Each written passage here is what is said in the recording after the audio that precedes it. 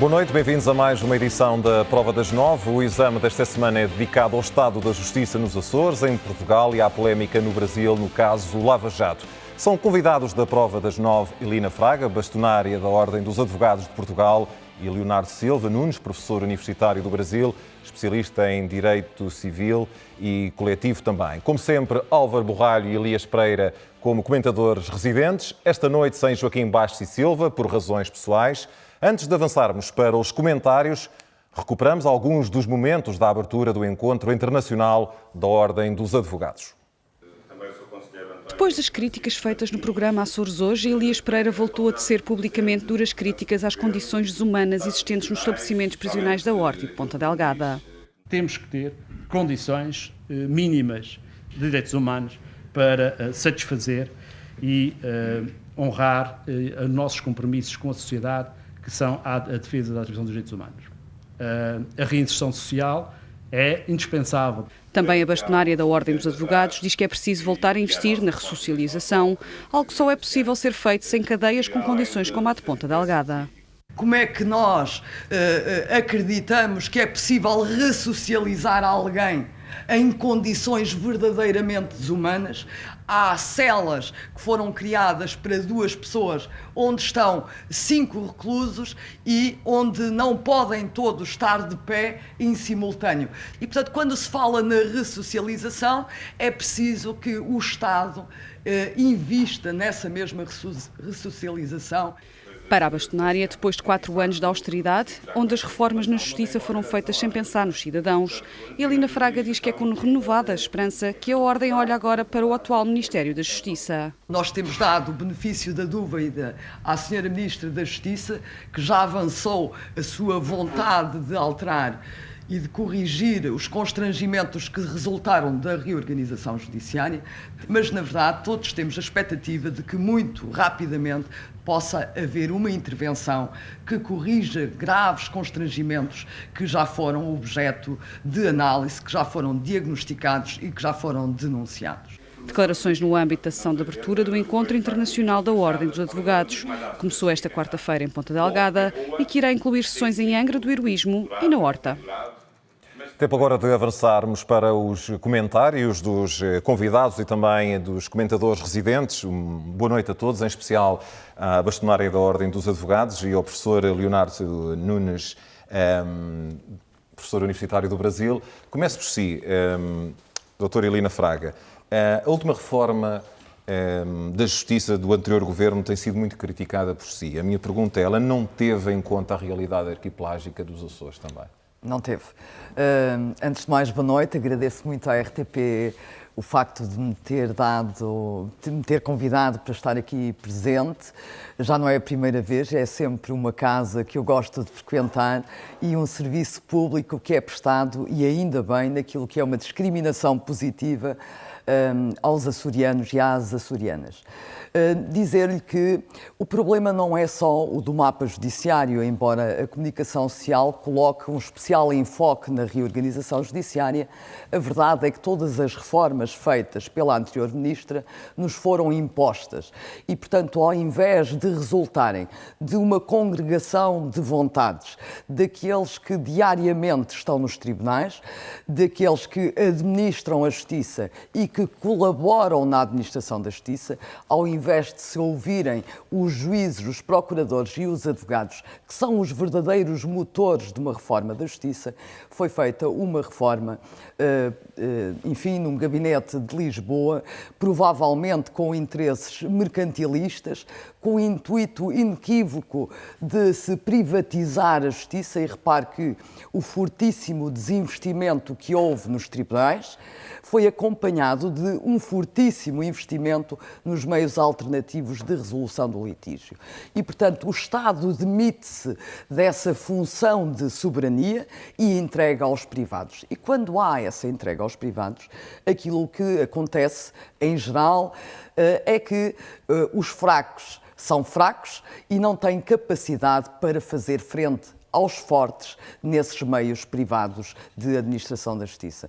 E, portanto, o mapa judiciário mereceu e teve impactos muito negativos em todo o território nacional e pela descontinuidade, digamos, geográfica aqui do arquipélago dos Açores, teve um impacto dramático. Repare que, quando falamos no continente, no mapa judiciário, criticamos o mapa judiciário porque o advogado, a parte, as testemunhas têm que percorrer mais de 100 quilómetros para se deslocarem ao tribunal. Nós aqui estamos a falar de uma situação muito diferente que tinha que ter merecido uma outra apreciação, porque repare que o princípio da igualdade significa sempre tratar-se de forma desigual aquilo que é distinto.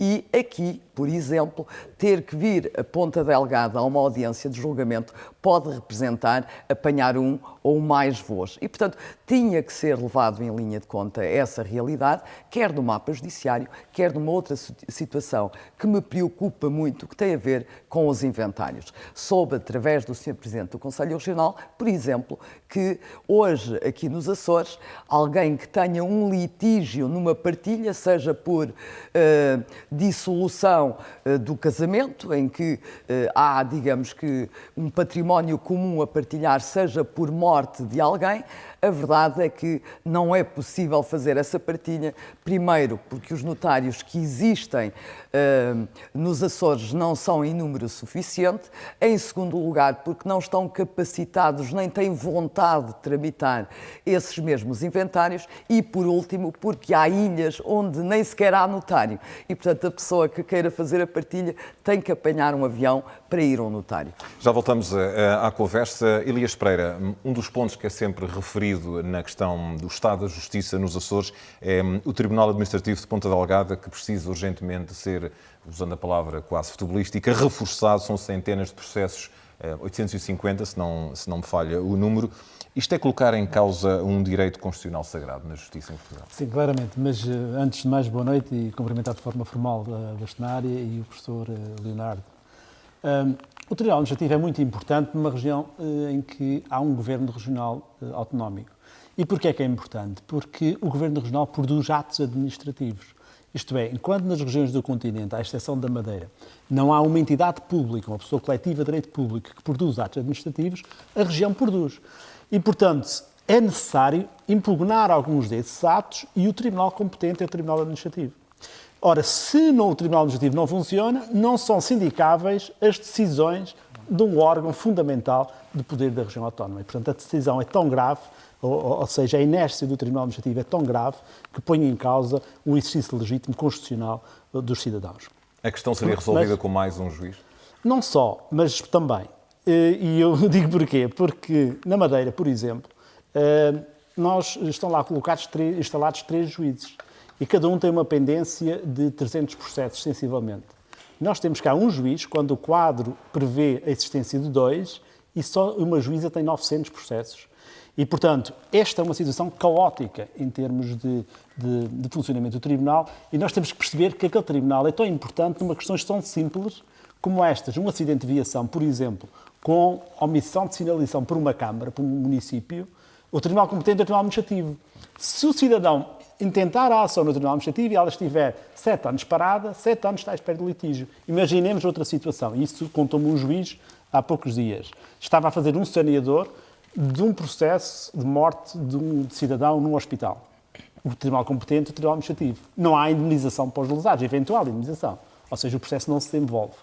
Portanto, são questões do cidadão. Não podemos dizer que é um tribunal fora do interesse dos cidadãos. É um tribunal muito importante. Nós temos aquela tendência que é que o tribunal é um tribunal criminal. Quem resolve os crimes é que é o tribunal. Não. Há direitos dos cidadãos que são fundamentais. Só para concluir, dizer que a solução em regime de acumulação de juízes era uma solução importante também para a comarca. Isto é, havia juízes do Tribunal Comum que podem acumular de acordo com a lei, não tem nada a ver com a Ordem dos Advogados, obviamente, mas de acordo com a lei de gestão do Conselho Superior de Magistratura, chegaram ao entendimento que 5 ou 3 ou 4 juízes podiam exercer em acumulação funções no Tribunal Administrativo, mediante a remuneração de 2/5 do seu vencimento, ou 3/5, a lei prevê esta remuneração. O que é que aconteceu? Os juízes trabalharam durante alguns meses, preferiram 89 sentenças e chegamos agora à solução. Entretanto, o Conselho Superior de Magistratura dos Tribunais Administrativos e Fiscais reconheceu que o trabalho foi bem feito, teve sagacidade, teve inteligência, teve fundamentação técnica e agora chega ao Ministério e à Direção-Geral para pagar e não pagam os juízes o trabalho que desenvolveram. Consequência legítima, os juízes deixaram de trabalhar. E, portanto, estas disfunções do sistema, e, portanto, esta já não é a não colocação de juízes, havia juízes em acumulação, em tempo parcial, embora não especialistas em direito administrativo, mas que estavam a decidir. E, portanto, é esta desorganização do Estado que põe em causa um princípio constitucional fundamental, que é o acesso dos cidadãos aos tribunais e à justiça. E, portanto, isso é uma indicação perfeita do direito do cidadão. Álvaro Borralho, um dos assuntos que tem estado e é sempre mediático já há longos anos é a questão de um novo estabelecimento prisional de Ponta Delgada, também as condições na Horta. Eu pergunto-lhe se, na sua opinião, o Estado tem vindo a demitir-se das suas funções não só na parte judicial ou judiciária, mas também na reintegração dessas pessoas e oferecendo as qualidades mínimas dentro do estabelecimento prisional. Boa noite. Tem, porque o assunto tem sido, eu não conheço particularmente o estabelecimento prisional, nunca lá estive, nem faço, enfim, estudos acerca da reinserção social dos presos, mas é demasiadamente visível. Aliás, tem havido várias denúncias, o Elias Pereira, enquanto representante da Ordem dos Advogados aqui nos Açores, tem o feito, do facto, sim, e algumas organizações e até partidos políticos têm denunciado o facto do estabelecimento prisional estar superlotado, não é?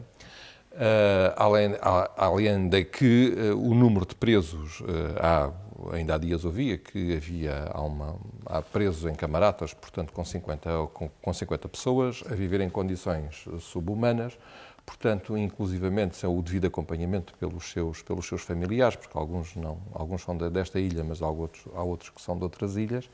Eu próprio, quando fiz um estudo acerca da deportação, também tive a noção sobre os deportados de que a reinserção social dos deportados é muito difícil, sobretudo se passaram pelo estabelecimento prisional. Portanto, é evidente que o Estado tem-se vindo a desinvestir, não só por aquilo que há pouco a senhora Bastonária disse, a desinvestir de investir na justiça.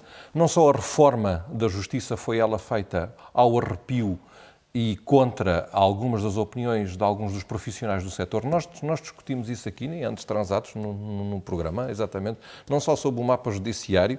Aliás, ao ouvir as suas palavras, estava-me a recordar das palavras de algumas que eu disse e de algumas que foram aqui proferidas em anos anteriores, que era uma reforma que estava a ser feita ao arrepio dos profissionais. E há certas reformas em áreas específicas do Estado, como seja a justiça, o ensino, a saúde, que não têm de ser feitas com o acompanhamento dos profissionais. Portanto, o Estado pode ter a sua visão, mas também tem a obrigação de ouvir a visão daqueles que são participantes, porque são técnicos, porque conhecem melhor o terreno, portanto, e não basta apenas fazer políticas públicas feitas em Lisboa, no âmbito dos ministérios, como tem havido também uma tentação, que é uma tentação importada. É uma tentação importada dos Estados Unidos, que é de privatizar a justiça e de privatizar certos meios onde a justiça se sente, não só ao nível... Em Portugal isso ainda não chegou, penso eu, ao nível das prisões, como nos Estados Unidos já existem, prisões privadas, mas de arranjar esquemas de protelamento das decisões ou de privatização da decisão. Arranjar esquemas paralelos e retirar a conflitualidade dos tribunais, que é no sítio onde ela deve estar, não é? Aliás, isso está feito, por exemplo, para a administração pública portuguesa. Portanto, é evidente que não se compreende até, ou melhor, compreende-se, de certa maneira, porque isto é uma das formas, e isto corresponde a uma determinada visão política ou ideológica de alguns daqueles que exercem o poder político no Estado. Ou seja, nós não podemos pensar que estes investimentos na justiça, que esta tentativa de privatização, etc., não correspondam a um determinado programa ideológico, porque ele corresponde. Se há coisa que em Portugal tem sido bem estudada, do ponto de vista sociológico, é a justiça. O Centro de Estudos Sociais da Universidade de Coimbra tem feito estudos, inclusivamente havia um observatório, penso que ainda se mantém, um observatório da justiça em Portugal. Portanto, quando se tenta impor um determinado programa, esse programa corresponde a determinado tipo de objetivos. E um dos objetivos, pelo menos nos anos transatos, foi justamente retirar Estado social. Foi retirar Estado da sociedade. E quando se retira Estado, só o Estado é que pode garantir o direito e o acesso ao direito. E a privatização pode colocar algum entrave nesse acesso à com justiça? certeza. Não só coloca entraves, como contribui para uma coisa que é a denegação da justiça. E para Nenhum Estado de Direito... desigualdades muito Claro, grandes. claro. Nenhum Estado... Porque depois às tantas temos o quê? Temos uma justiça para ricos e temos uma justiça para pobres. É Que era isso aquilo mesmo. que a justiça inicialmente pretendia combater. Era ela, se nós nos afirmamos como Estado de Direito, não podemos, obviamente, apenas assentar esse Estado de Direito na produção legislativa, na produção de leis, mas sim também nos mecanismos de controle desse Estado de Direito. E isso é a justiça. E isso só faz de uma forma imparcial, de uma forma independente e o mais justa possível, sem nunca se atingir a justiça divina, se o Estado estiver, se o Estado estiver, porque não é através da privatização que isso faz. Mas isso é um modelo. E mesmo assim, através do Estado, levanta algumas suspeitas. Vamos lá ver. Levantará seguramente muito menos. Claro. Sim, não, Nunca se irá atingir uma justiça perfeita. Vamos lá ver. Justiça perfeita é coisa que não existe. O que é feito pelos humanos é sempre corrigível e tem sempre lugar a erro. Agora, isto é um modelo que tem sido importado. Vem importado, em primeiro lugar, pela tolerância zero que se quis importar dos Estados Unidos. Porque este modelo está consagrado nos Estados Unidos. Eu lembro-me de ter lido aqui há uns anos um livro de um sociólogo norte-americano, francês, mas a viver nos Estados Unidos, em que ele analisava já isto e o livro tinha este sugestivo nome, Prisões da Miséria. Era como o livro se chamava. Ele não avaliava só as prisões, avaliava as medidas de encarceramento, cada vez mais medidas de encarceramento, menos medidas de reinserção social dos presos, justamente, menos investimento nas prisões enquanto locais de reinserção, de ressocialização, mais encarceramento privado e encarceramento cada vez mais duro e com penas mais duras de encarceramento até dos próprios crimes que eram insignificantes na sociedade norte-americana. Agora é tempo para ouvirmos também o professor Leonardo Silva Nunes. Não vou, obviamente, falar de problemas muito concretos nos Açores, porque não sei se está a par da realidade, mas gostava de ouvir a sua opinião, sendo professor universitário no Brasil, a sua opinião sobre a justiça em Portugal e também acrescentava se a finança, a economia, o poder político, que temos ouvido vários casos, não só no Brasil, mas também agora com o Panama Papers, se estão a condicionar a justiça. Boa noite, muito obrigado. Gostaria de agradecer o convite da RTP. É um prazer estar aqui nos Açores, participando desse encontro internacional, convite da Ordem dos Advogados. Bem, me parece que o caso do Brasil em especial reúne um contexto complexo de crise econômica e de crise social e que com certeza e consequentemente acaba gerando impactos também numa crise jurídica. Nós estamos celebrando um novo Código de Processo Civil como um apanágio de solução para a celeridade ou morosidade dos processos. Hoje nós já contamos com mais de 100 milhões de processos em trâmite no nosso país. Se considerarmos uma população de 200 milhões de habitantes, é um processo para cada 2 habitantes de média. É claro que não é uma lei nova, não é um processo novo que vai fazer com que os processos andem mais rápido, é mais uma intenção, uma vontade cultural de um povo de pensar numa menor litigiosidade, numa conduta menos adversarial. A par desse movimento, nós temos ainda, como reflexos talvez da crise econômica e dessa crise social, uma crise, talvez poderíamos dizer uma crise ética, uma crise política muito grave. O país atravessa atualmente um momento de instabilidade muito grave, muito sensível. Nossas eleições se passaram a coisa de um ano e meio, outubro de 2014, e a população brasileira, por maioria, uma maioria pequena de pouco mais de 5%, decidiu pela reeleição do atual governo. E A partir daí, a crise econômica se intensifica, a crise política se agrava, denúncias e suposições passam a ser investigadas pela polícia, pelo Ministério Público, e o que temos hoje é um cenário de aparente caos aos olhos do mundo, né? Há um sentimento de insegurança da população, dos juristas, há um clima de indefinição e mesmo de embate entre os próprios juristas, entre os próprios magistrados, que vivenciam aí um momento de incertezas, né?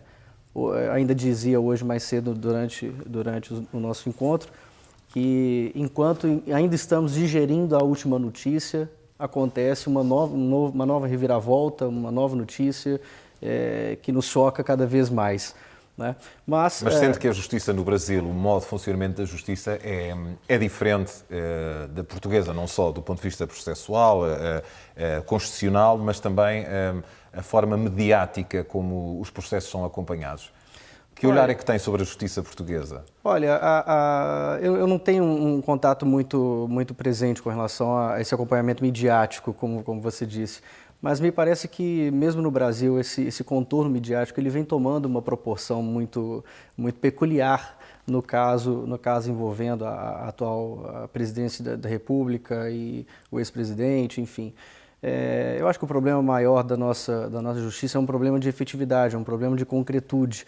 Muitas vezes se espera demais um processo, uma investigação, ou o processo chegar ao fim, talvez década, e o cidadão comum ele não vê aquela materialização do que foi decidido, do que foi determinado a ele, do que foi...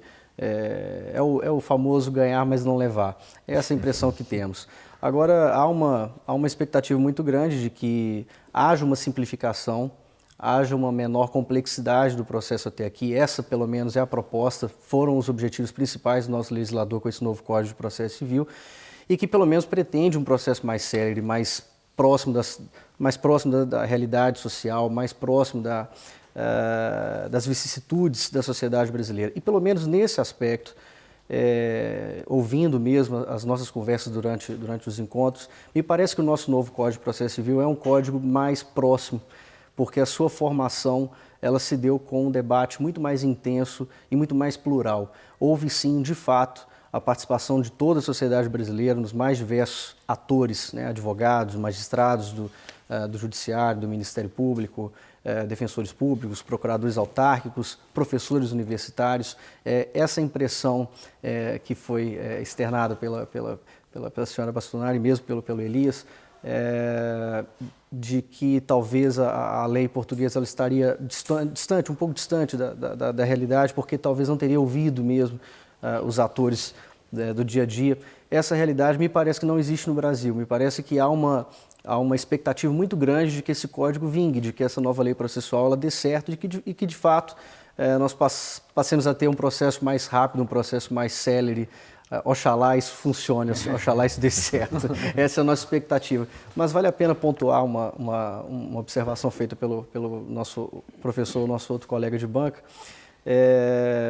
sobre a privatização da justiça. Essa é uma preocupação, ainda hoje, ouvindo a fala da senhora Bastonari, me tocou, me sensibilizou a essa preocupação de um investimento muito grande nos meios alternativos de solução de conflitos, e, ao mesmo tempo, um não investimento na jurisdição estatal.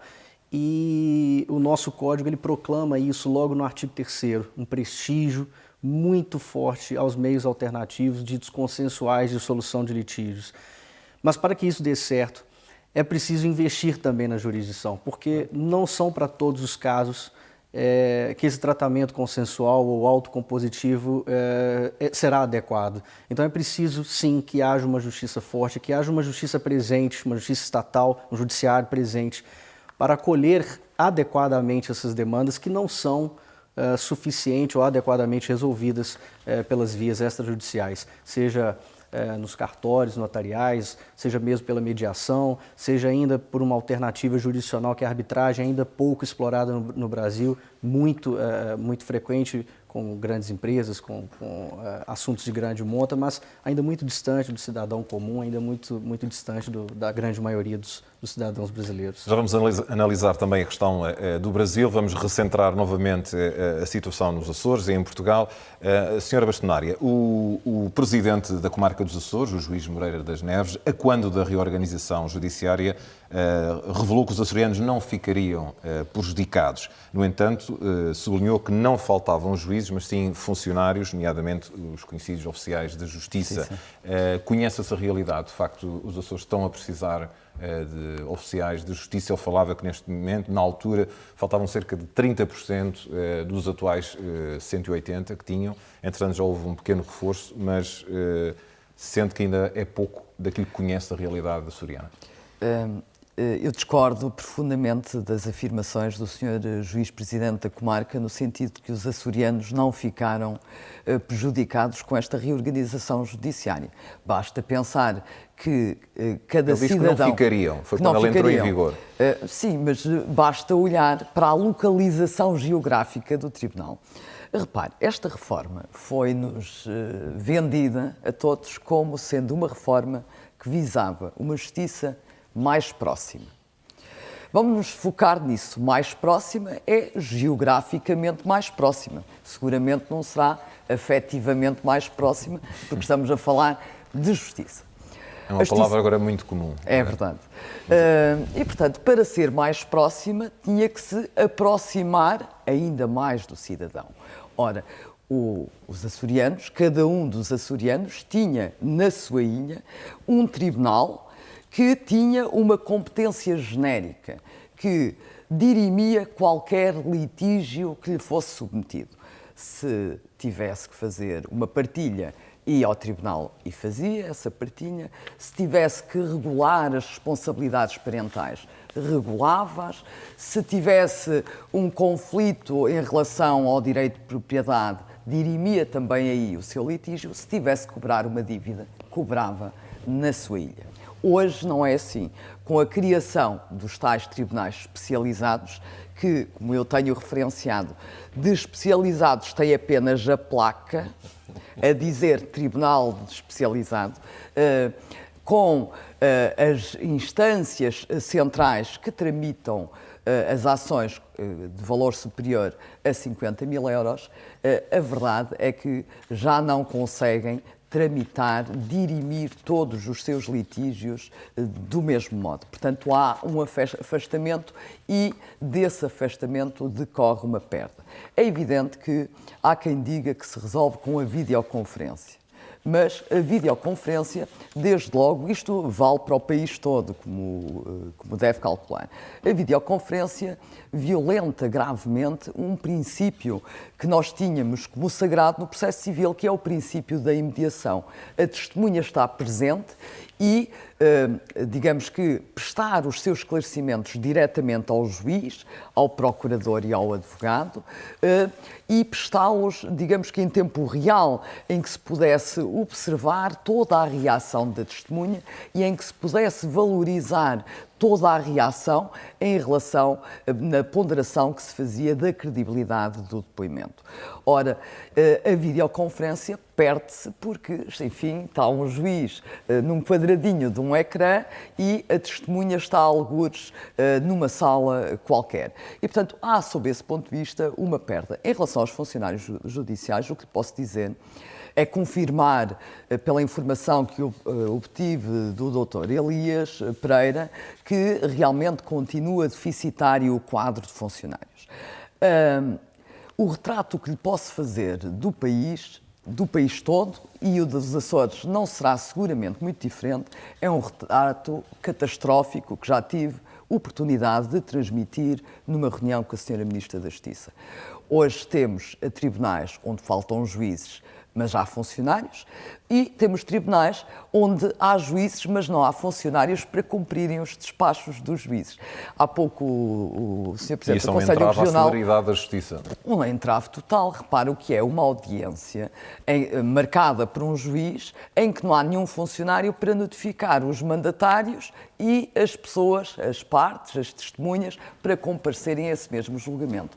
Muitas vezes o que acontece é que, por acumulação de serviço, chega ao dia do julgamento e não aparece ninguém, porque realmente a data está designada na agenda do juiz, mas nenhuma das partes, nenhuma das testemunhas foi convocada e, portanto, não há andamento dos processos. Mas há situações muito graves no país que decorrem deste afastamento. Repare que, muito recentemente, e é bom que também se fala aqui na realidade dos Açores, mas os Açores são Portugal e, portanto, que se perceba também o que se passa no continente. Eu, recentemente, fui à comarca de Beja, por exemplo, onde o Tribunal de Família e Menores, em relação a uma terra chamada Barrancos, dista a cerca de 120 km, e a senhora juíza do Tribunal de Família e Menores, quase entre lágrimas, dizia-me, sabe que eu, para assegurar a comparência das pessoas nas diligências, imito mandados de detenção porque tenho pena delas. E, portanto, como elas não têm capacidade económica para pagar a sua deslocação ao tribunal, pelo menos vem de boleia com a GNR. Claro que isto tem... nós sorrimos, mas é dramático. Dizia-me a juiz, mas isto depois tem um outro problema, é que a GNR cumpre o mandado de detenção quando os leva ao tribunal. Não os pode levar de volta, está impedido. E, portanto, esses cidadãos depois dormem à porta do tribunal para que no dia seguinte possam apanhar um autocarro e regressar a casa. Repare, nós vivemos num Estado de direito democrático. E, portanto, a Ordem dos Advogados nunca fez uma oposição, se quiser, gratuita à Ministra da Justiça. Aquilo que foi feito foi um prognóstico do que sucederia com esta implementação e que acabou por suceder. Espera que a atual Ministra possa eventualmente revogar ou alterar esta reforma? Que expectativa é que tem? Eu costumo dizer que, depois de feitas as más reformas, é muito difícil repristinar as coisas a um momento anterior. Eu não espero que se revogue, nem penso que seja necessária uma revogação. Repare que é aquilo que eu referi, os Açores têm uma realidade específica, o interior do país tem uma realidade específica, os grandes centros urbanos têm uma situação absolutamente distinta. E se esta reorganização judiciária pode fazer sentido nas grandes metrópoles, enfim, a especialização no Porto, em Lisboa, em Coimbra, nas grandes comarcas faz todo sentido, é preciso olhar para o mapa judiciário e perceber onde os constrangimentos gerados são verdadeiros atos de denegação da justiça. E, portanto, nós não podemos dizer que criamos tribunais especializados e dizer que oferecemos a especialização aos cidadãos, quando depois os cidadãos não têm recursos económicos para recorrer aos tribunais. Veja mais esta questão, é que todos os custos foram transmitidos para os cidadãos. Hoje, enfim, os magistrados judiciais estão confortavelmente, alguns nem por isso, porque ainda estão em contentores, como é o caso de Loures, espero que por pouco tempo, mas dizia eu que a verdade é que mesmo as deslocações são hoje suportadas para os tribunais, são hoje suportados pelo Estado. E essa transferência de custos associados à justiça para o cidadão não foi acompanhada, como podia e devia, por uma baixa das custas judiciais que hoje é verdadeiramente escandalosa. Se reparar, todo o movimento europeu, designadamente em Espanha, é no sentido de a justiça ser tendencialmente gratuita. Nós não podemos pensar, como já ouvi dizer a algumas pessoas, que aqui funciona o princípio do utilizador-pagador. Ninguém utiliza a justiça, isto não é um bem de consumo, a justiça é uma área de soberania.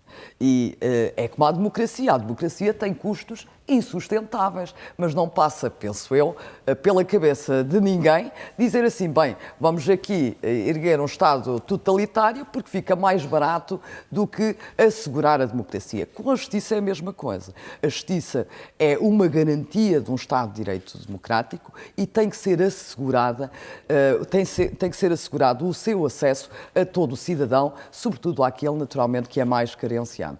E isso é o que acontece hoje. Eu sei que o Elias queria fazer um ligeiro contraditório ao Álvaro Borralho. Há pouco estava a ver pelas suas manifestações, manifestações físicas, mas eu antes queria fazer uma pergunta. Se é ou não a favor, há advogados que o são, da criação de um Tribunal da Relação nos Açores, à semelhança do que acontece, por exemplo, de uma delegação do Tribunal de Contas na região? Não, eu já respondi a essa questão, mas para precisar, não é contraditório com o Borralho, é uma precisão. O sistema prisional nos Açores tem, de facto, um problema de reinserção, mas tem um problema muito mais grave, que é o degredo ou dupla pena que os reclusos açorianos estão espalhados pelo continente, por Portugal, continental e pela Madeira. E o que é que sucede? Não se consegue falar em reinserção se eles não têm acesso à sua família, aos seus amigos, que ainda existem depois de anos de reclusão, e, portanto, não há condições concretas para melhorar as condições de reingresso na sociedade daquelas pessoas. Se nós agravarmos a isto a situação que muitos dos reclusos são jovens, o tráfico de estupefacientes e os crimes associados contra o património para facilitar o tráfico, o que é que acontece? Temos muitos jovens que é preciso dar esperança a esses jovens. E é preciso recuperar essas pessoas, senão a sociedade terá um problema mais à frente. Portanto, é pouco inteligente, digamos que, ainda marginalizar mais os reclusos. Aqueles que puderem, a percentagem que a ciência penal diz que é recuperável é assinalável. Vale a pena o Estado apostar nessa recuperação, até por termos humanos. Agora, no estabelecimento prisional de Ponta Lagada só estão reclusos de São Miguel. Das outras ilhas, estão nas outras ilhas. E, portanto, é esta a precisão que queria fazer. Quanto ao Tribunal da Relação, é uma questão que já foi objeto de deliberação do Congresso da Ordem dos Advogados, do último Congresso, e os advogados são contra o Tribunal da Relação. Porquê? E a questão é muito simples. Eu sou autonomista, sou ilhéu e, portanto, sou açoriano, e todas as instituições que possam ser instaladas nos Açores para prestigiar o fenómeno autonómico, eu estou como qualquer um açoriano nessa linha. Não se trata disso, do meu ponto de vista. Com todo o respeito pelas opiniões contrárias, o que é que se trata aqui? De saber se nós temos pendência que justifique a instalação do Tribunal da Relação, em primeiro lugar, isto é, se há processos suficientes para ter um Tribunal da Relação. Não há. Segunda questão, saber se o funcionamento de um Tribunal da Relação aqui com competência genérica seria razoável e bom para os nossos processos. Porquê? Porque o Tribunal da Relação de Lisboa funciona com secções especializadas. Ora, não é possível, com este volume de processos, criar secções especializadas de direito de trabalho, de crime ou de civil na relação dos Açores. Portanto, tecnicamente não é uma boa solução. Daí que, e não é por acaso que ele foi extinto. E, portanto, ele já existiu e foi extinto. E, portanto, isto não faz qualquer sentido no momento em que nós, como acabou de dizer a bastonária, no momento em que nos Açores nós temos problemas gravíssimos. O problema do sistema prisional é um problema muito grave, é um problema humano. O problema do Tribunal Administrativo é um problema muitíssimo grave. Mas há outros. Há o problema dos inventários, e o problema dos inventários passa ao lado, porque foi mais difícil entrar na agenda mediática, porque não diz respeito, não tem tanto impacto como a prisão, não tem tanto impacto como o Tribunal Administrativo. Mas é um problema silencioso para milhares de açorianos. E esse problema nós vamos tentar que ele entre na agenda. Eu pedia só que lhe explicasse para os nossos telespectadores perceberem essa questão. A questão do inventário é simples de explicar. Em palavras não técnicas, numa linguagem comum, é um casal divorcia-se, regula as responsabilidades parentais, define todos os acordos pendentes no divórcio e chega ao momento que há que resolver o património. A casa, o carro, enfim, todos os bens que tenham. Tem que o fazer, se não o fizerem por acordo, tem que fazê-lo de uma forma litigiosa. E para o fazer de uma forma litigiosa, antigamente recorriam aos tribunais. Para fazê-lo de forma voluntária, ou seja, pacífica, também necessitam de resolvê-lo num cartório notarial e dirimir e chegarem a um acordo para a divisão do património. Se não há no cartório, se não há cartório na ilha, não podem fazê-lo. Têm que ir para outra ilha. Primeira questão. É o que acontece na Graciosa, por exemplo. O que acontece na Graciosa, mas não só na Graciosa. Já aconteceu ocasionalmente noutras ilhas também, porque ou o notário está em baixa médica, ou porque está de férias, e, portanto, isto é inacreditável. Que haja ilhas onde não se faça a divisão. Não têm vontade os notários. Esta reforma, é outro aspecto que eu diria. O grande absurdo desta reforma é que os advogados denunciam esta situação de que os inventários não estão a ser tramitados nos cartórios e podia haver, digamos que, uma reação por parte dos notários de quererem manter essa competência. Mas os próprios notários preferem não ter esta competência, porque têm noção que estão vocacionados para fazer a tal partilha amigável, mas não estão vocacionados para dirimir litígios patrimoniais entre pessoas. E, portanto, a grande questão que aqui se coloca, e que vou colocar amanhã à Sra. Ministra da Justiça, é se os notários não querem, se os juízes têm disponibilidade, porque têm que ter, nas instâncias locais para dirimir os litígios patrimoniais resultantes de uma partilha. Se os advogados, enquanto porta-vozes dos interesses dos cidadãos, entendem que é a solução que melhor serve esses interesses, porque é que estamos a insistir numa reforma que foi feita pela anterior Ministra, sem ouvir ninguém, contra os advogados, contra os juízes e contra os próprios mais grave, só vou concluir, só mesmo concluir. A questão do inventário é uma questão muito importante, e já que estamos a falar, só vou mesmo concluir, que é, nos inventários também, os cidadãos que não têm recursos económicos recorrem ao apoio judiciário. E o que é que acontece? Foi criado um fundo que pagaria os honorários do notário por a resolução dos problemas no âmbito do apoio judiciário, e esse fundo demorou vários meses para entrar em funcionamento. Os processos de inventário do apoio judiciário estão todos parados. E agora, ainda continuarão, porque compensa mais ao notário resolver os inventários não afetos ao apoio judiciário que os outros. O que é que isto serve? Paralisa. Mas só mesmo para concluir, para a questão da audiência prévia, porque isto diz respeito às ilhas do Faial, das Flores, de São Jorge. Já falámos com a Sra. Bastonária e já levantámos a questão que tem que ser levantada no Conselho Superior de Magistratura, mas foi levantada aqui nos Açores. O que é que acontece? Na Instância Central de Angra, as ações de valor superior a 50 mil euros são obrigatoriamente o Tribunal Competente da Instância Central de Angra. E uma audiência prévia é marcada por um juiz de Angra e obriga as partes e os advogados das partes a deslocarem-se à Ilha Terceira de avião, de um dia para o outro, para fazer uma audiência prévia. Quando esses juízes da Instância Central vão às respectivas ilhas resolver processos de crime. Porquê é que não fazem o processo civil com o processo de crime?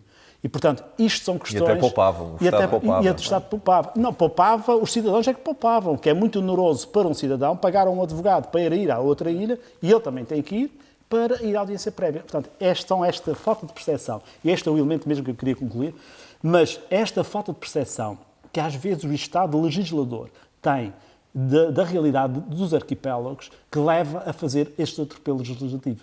Álvaro Borralho, já só temos 8 minutos, eu queria ouvir novamente também o professor. Vamos à questão brasileira. Entendo que está a haver aqui uma politização do caso Lava Jato. Bom, eu acompanho a questão só pelos jornais e sem um grande conhecimento do terreno do que aquilo que é. Mas acho que há ali uma grande confusão. Pelo menos a mim, enquanto europeu, e não brasileiro, não cidadão europeu, aquilo choca-me um bocado toda aquela mistura.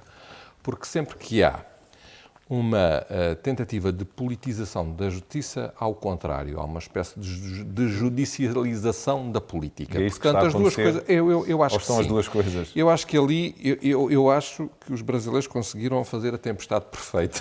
Portanto, e acho que não há, de parte a parte, quer dizer, quer da parte da política, quer da parte da justiça, por aquilo que vou lendo, acho que não há a tranquilidade suficiente para o assunto ser discutido, sobretudo se o impedimento ou a destituição, eu não gosto do termo impeachment, porque farto de palavras inglesas estamos nós e nós temos uma língua, portanto vamos falar com o termo português que é a destituição, que é o mais adequado. Se a destituição da Presidenta Dilma for discutida, obviamente parece-me que é um caso excessivo para o facto de alguém que não está acusada de crime. Portanto, embora também não concorda com o facto do ex-presidente Lula da Silva ter sido chamado ao governo. Acho que numa questão dessas, em Portugal, seria difícil alguém aceitar um cargo político.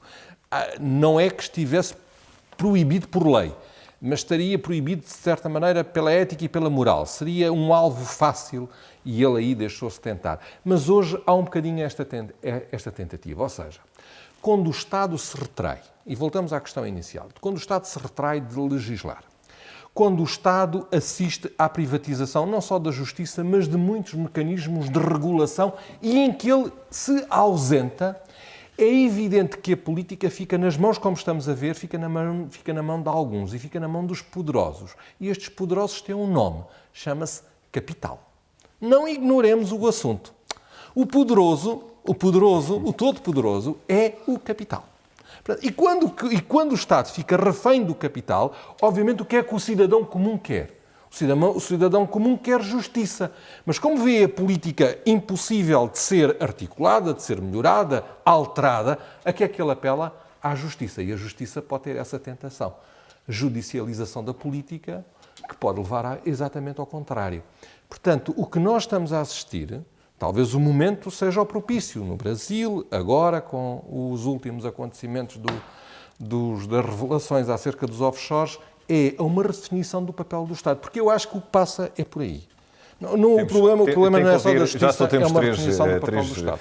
3 minutos ou 4 sensivelmente. Gostava de ouvir a sua opinião exatamente novamente sobre esta questão do Brasil, se estamos ou não a assistir à judicialização da política no Brasil. Eu concordo com o Burralho, acho que realmente há uma necessidade de uma redefinição mesmo do papel do Estado. Agora há pouco tomei conhecimento de que determinou o relator da comissão na Câmara dos Deputados que trata da questão do impedimento, já se manifestou no sentido de que a comissão declarar favoravelmente ao impedimento, o que significa que nos próximos 10 dias, até o dia 15, a questão deve ser definitivamente votada na Câmara dos Deputados e então submetida ao Senado Federal para julgamento do mérito a respeito desse pedido, o que reforça mais uma vez a seriedade, né, a gravidade da situação. Mas penso que não é só também um problema da judicialização da política. Hoje em dia se fala muito de judicialização de saúde, judicialização de outros aspectos, e me parece que não é só um problema do Brasil. O problema do Brasil é sintomático e talvez simbólico, né? É sintomático, é simbólico. É um problema mundial, já vem, claro. Mundial. E ainda... Aliás, aqui na nossa própria casa, não é? Em Portugal temos um exemplo Sim, Portugal também tem. Só estamos a falar no Brasil, como é convidado. Sim, ainda essa semana, com esse caso do Panamá, né, essas listas, enfim, não há a menor dúvida de que isso terá algum efeito, algum impacto também por lá. Né? E, aliás, a questão do capital, veja que os grandes empresários estão também sendo investigados, né? Todos no mesmo balaio, né? No mesmo pote. E eu te digo mais, a impressão que eu tenho é de que se o empresariado forte, se esse sim resolver colaborar nas famosas delações, nas delações premiadas ou colaborativas, a questão se elucida mais rapidamente. Ocorre que, curiosamente, quem participa desse movimento de delações é a área política, né? É o caso famoso do Delcídio do Amaral, que realmente gerou a lenha na fogueira, né? A gasolina na fogueira, foi realmente esse fato. Mas o juiz Sérgio Moro também não ajudou ainda a pôr mais lenha na fogueira. Sim, o juiz Sérgio Moro, acho que o grande problema dos juízes, de um modo geral, é quando o juiz veste a vestimenta do justiceiro. Isso aqui é preciso conter, né? Entendo que o juiz Sérgio Moro vem fazendo um bom trabalho, entendo que como ser humano ele está passível a equívocos e isso me parece que no episódio do vazamento de informações ou questionamento seletivo, vazamento seletivo de informações, isso pode ter ocorrido, muito embora é um juiz que vem sendo aclamado, como disse na primeira parte, por setores da sociedade, até mesmo pelos juristas. Então, assim, tecnicamente é um juiz muito bom. Isso é o mais perigoso que há. É um juiz aclamado, porque torna-se num justiceiro. Esse é o problema. E de repente, também casos desses em Portugal. Era isso que eu ia dizer. E de repente começa, né? a querer administrar a justiça na praça pública, começa a querer administrar a justiça nos jornais e esquece dos deveres de reserva, das garantias que tem que respeitar e esquece de uma coisa absolutamente essencial num Estado de Direito, que é o princípio da presunção de inocência. E a verdade é que estamos aqui todos, aqui não é especificamente a comentar o caso do Brasil, mas todos os dias assistimos pávidos e serenos ao julgamento em praça pública de um conjunto de pessoas que não foram sequer objeto de nenhuma acusação formal. E isso é um retrocesso no nosso Estado muito significativo, porque, se reparar, há uns anos atrás, o que se comentava na comunicação social eram sentenças. O senhor Presidente da Câmara A foi condenado Mas isso a uma leva-nos pena. a outro assunto, E hoje a questão das... Hoje temos o acompanhamento das em fugas. tempo real pela comunicação social, uma justiça feita em pelourinhos, não é? Com Mas isso é a exposição questão do pública à segredo de justiça, vergonha. das fugas do segredo de justiça. Muito bem. O que dava quase um programa. Depois dava inteiro outro para programa, mas vamos discutirmos. ter que terminar. Agradeço imenso a vossa presença aqui na edição da Prova das 9. Quanto aos outros, marcamos encontro para a semana. Quanto a si, foi um prazer contar consigo desse lado. Em nome de toda a equipa, desejo uma boa noite. Lembro que às 22 horas há Açores 24 com Berta Tavares.